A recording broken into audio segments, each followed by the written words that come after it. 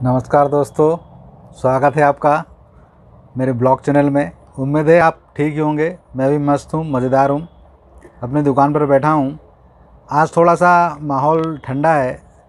हमारे यहाँ कल परसों अच्छी तेज़ बारिश हो गई है, तो लोग अपने खेती किसानी के कामों में लग गए हैं, घर सुधारने के कामों में लग गए हैं। तो आज ग्राहकी थोड़ी सी मंदी है, तो मुझे आज समय मिल गया। इतने दिनों से समय नहीं मिल पा रहा था, शादियों का सीज़न चल रहा था, तो दुकान में बहुत रश हो रही थी और घर पे मुझे तो टाइम मिलता नहीं है ब्लॉग बनाने का। जो समय मिलता है वो दुकान में मिलता है, तो मिल नहीं पा रहा था। आज समय मिला है, तो आज मैं आपको एक मज़ेदार किस्सा ज़रूर सुनाता हूँ। तो किस्सा कुछ यूँ है कि एक गांव में एक बड़ा धूर्त किस्म का व्यक्ति था। धूर्त क्या, संपन्न तो था, लेकिन सामाजिक कार्यों में जाने में, कथा सत्संग में जाने में उससे बड़ा बुरा लगता था, वो जाता नहीं था। एक बार गांव में भागवत कथा का आयोजन हुआ। उसकी पत्नी ने उससे कहा कि आप भी जाओ, भागवत कथा सुन के आओ। बड़ा मन मार के वो गया। कथा शुरू होने के पहले पहुंच गया। गांव के लोगों को आश्चर्य हुआ, अरे भाई ये भी कथा सुनने आज आ गया, आइए आइए बैठिए, आइए बैठिए। लोगों ने कहा। बैठ गया एक दरी पर। किसी और व्यक्ति ने दरी लेके आया था, उसी दरी पर बैठ गया।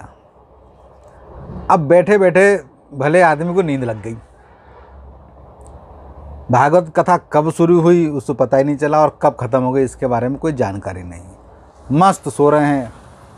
अब जिस व्यक्ति की वो दरी थी वो बैठा हुआ है। भागवत कथा सुनाने वाले भी चले गए, सुनने वाले भी चले गए, वहाँ सिर्फ वो व्यक्ति सोया हुआ है आराम से। और दूसरा कौन बैठा हुआ है, जिसकी वो दरी बिछी हुई थी। अब वो दरी जिसकी बिछी हुई थी उसने सोचा यार कि अब तो उठा दूँ यार। उसने उठाया, अरे भैया उठो यार, दादा जाइए अब। क्यों, कथा ख़त्म हो गई? अरे कथा हो गई ख़त्म, बहुत आनंद आया। अब आदमी मन महसूस कर रह गया। उसको कोई विशेष चिंता नहीं थी कि कथा नहीं सुन पाया, नींद हो गई, ये इसलिए खुश था। सोचा पत्नी को क्या बोलूँगा। कुछ नहीं, कथा में सिर्फ यह हुआ कि आइए बैठिए जाइए। घर गए। पत्नी ने पूछा क्या सीखा आज कथा से?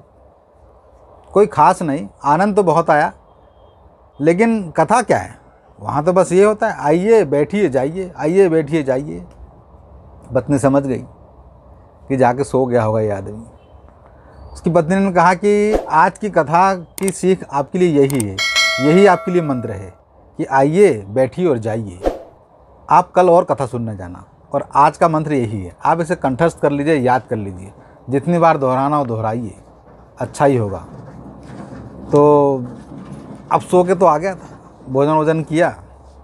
अब रात्रि में नींद नहीं आ रही। दिन भर तो कथा में खूब सोए 4-5 घंटे, तो नींद नहीं आ रही थी, तो बैठे हुए थे। उन्होंने सोचा कि यार चलो ये मंत्र को ही अपन सिद्ध करने की कोशिश करते हैं, रटते हैं, क्या करेंगे, नींद नहीं आ रही तो। अब बाहर के कमरे में वो सोया हुआ था। सोया क्या, लेटा हुआ था, तो बस बोल रहा है ऐसे, आइए बैठिए जाइए, आइए बैठिए जाइए। अब उसी समय एक चोर आया। अब वो धनी व्यक्ति तो था, अब वो चोरी करने के लिए उसके घर में घुसा। अब इसने तो उससे देखा नहीं था, लेकिन वो जैसे ही घुस रहा था और उसको आवाज़ सुनाई दी, आइए आइए आइए आइए। चोर को लगा कि इसने मुझे देख लिया है।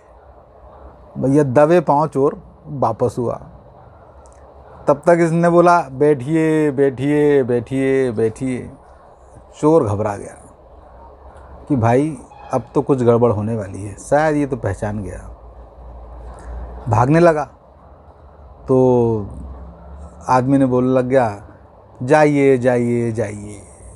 चोर को लगा कि भैया अब तो बुरे फंसे रे दादा, इस आदमी ने पहचान लिया है और ये अपना पूरा भंडा फोड़ करके मानेगा। चोर ने सोचा भागने से अच्छा है इसी के पास शरण में चले जाओ और माफ़ी मांग लो। चोरी तो कुछ की नहीं थी घर के अंदर। दौड़ के गया और उसी के चरणों में लेट गया। मुझे माफ़ कर दो, गलती हो गई, अब कभी नहीं करूँगा। आदमी एकदम से घबरा गया।